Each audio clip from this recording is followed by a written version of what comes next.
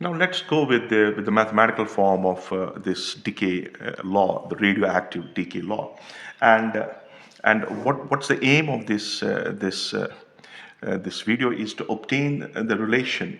The relation is n equals n naught e to the power of minus lambda t. And I would like to talk about the symbols that have been used. And this is the equation that we want to achieve in mathematical form. Now, making use of the laws of radioactive decay, if I assume that I have a radioactive substance, and this radioactive substance is having n0 number of nuclei, n0 number of nuclei before decay. So what am I assuming? I am taking some reference time t equal to 0, that at which time there is no decay in this radioactive sample. And when the radioactive disintegration takes place, when it begins, the number of nuclei in this substance will certainly decrease. Because the original nuclei are going to convert into the new daughter nuclei.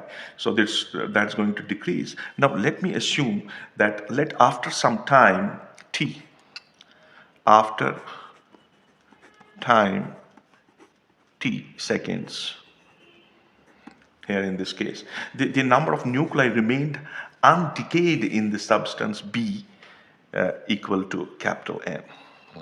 Okay, so at t is equal to 0, the total number of nuclei in the sample is n naught, and after the decay starts, after the time equal to t seconds, the number of undecayed nucleuses in this element, let their number be n. Now, if the dn is the number of nuclei, if I take dn as number of nuclei distinguished or decayed, whatever the case may be, in some small interval,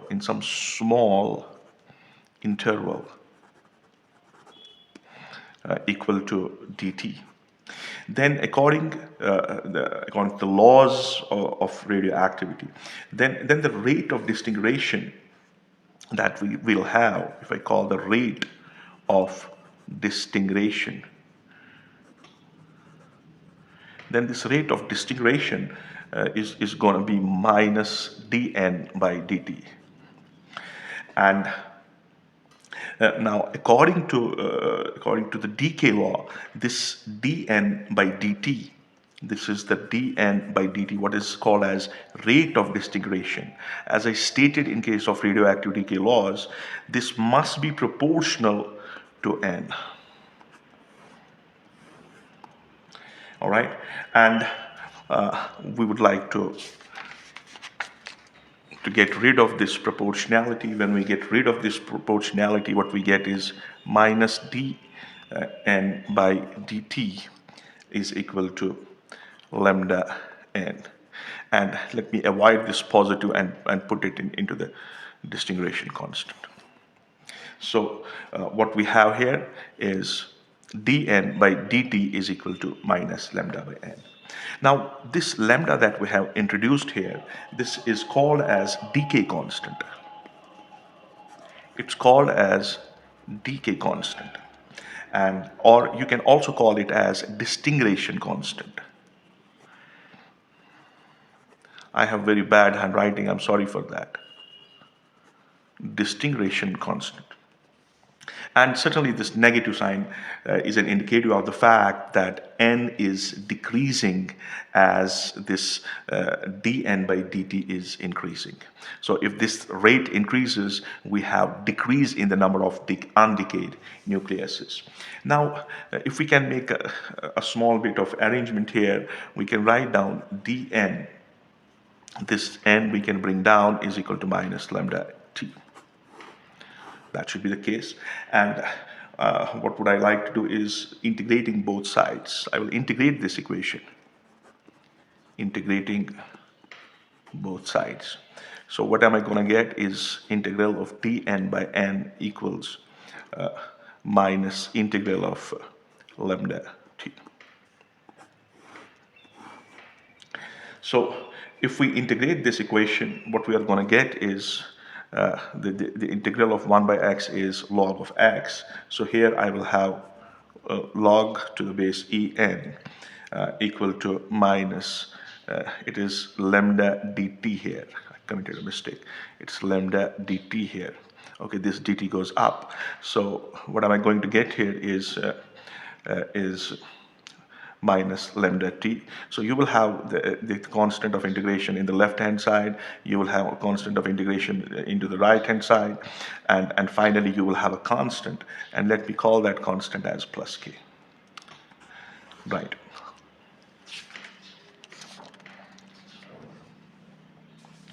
So let's use some conditions, some boundary conditions. So we have introduced a constant of integration, and and if I write down the equation again here, what I have is log to the base e and equals minus lambda t plus k. Now what should I do is, if I assume that at t is equal to 0, what I have at that time n is equal to n0. So what will happen if I use this condition in this equation? I'm going to have log to the base en 0 is equal to k. For n, I will use n naught.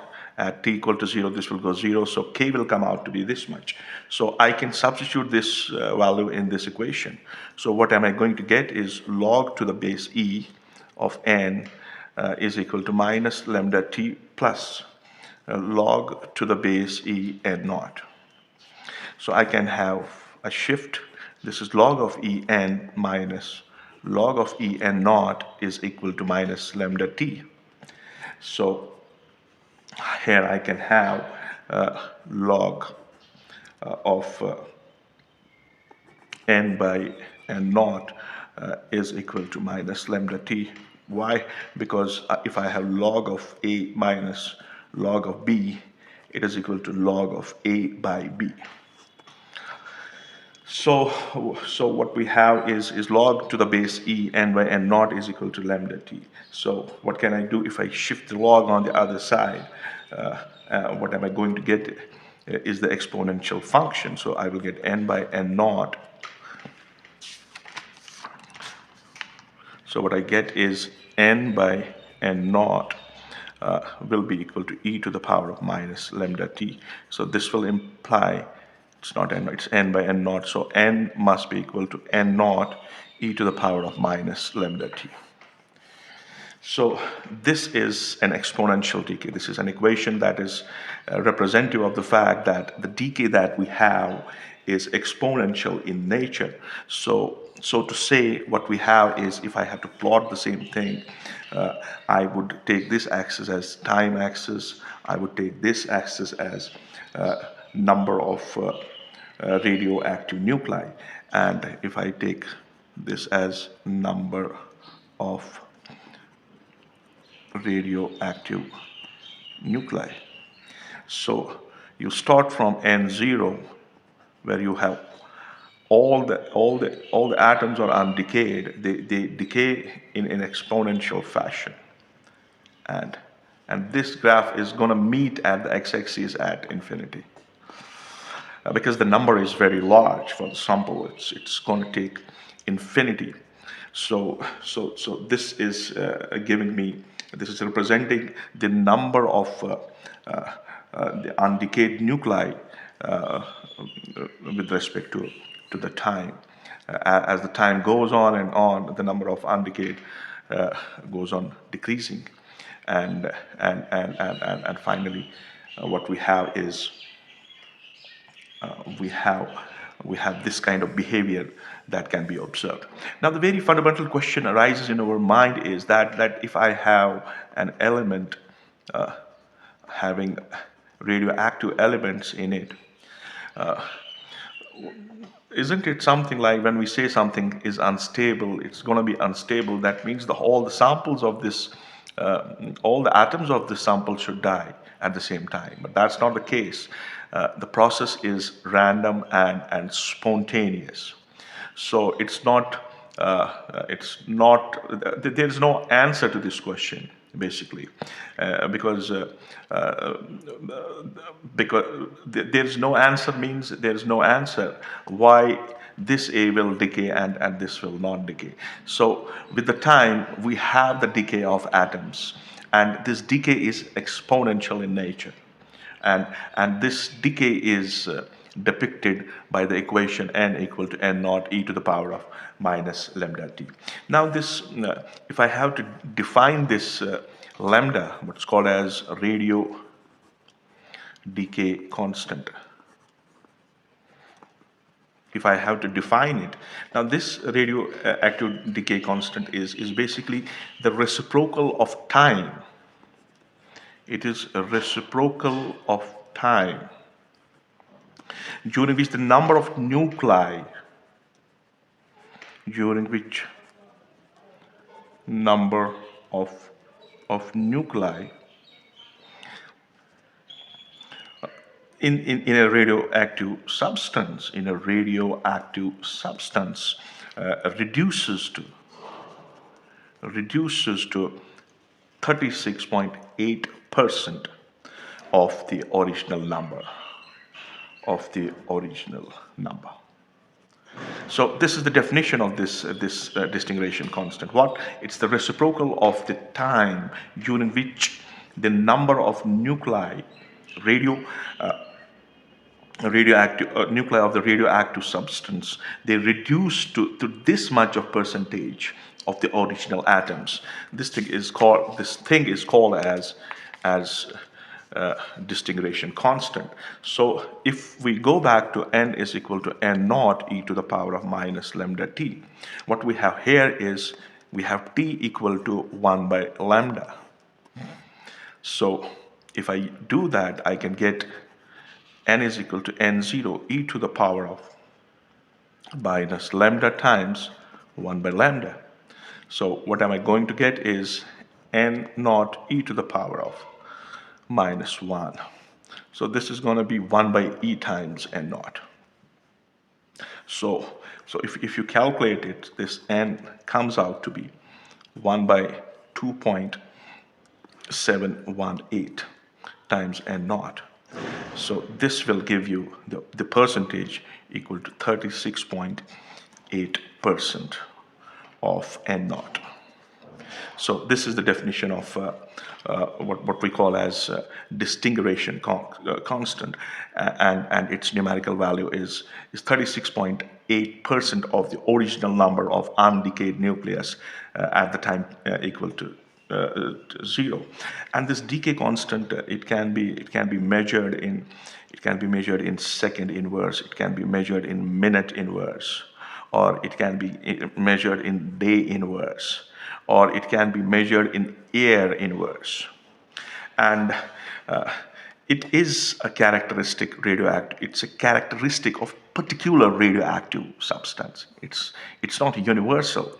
This distinguishing constant it has a distinct value for distinct substance, and it certainly determines the rate of decay of radioactive substances. And now if the value of lambda of the radioactive substance is small, if lambda is small, it will decay slowly. If the value of lambda of the substance is large, it will decay rapidly. So lambda gives us the rate of distinguishing, as at what speed the distinguishing of the atoms in a particular substance will take place.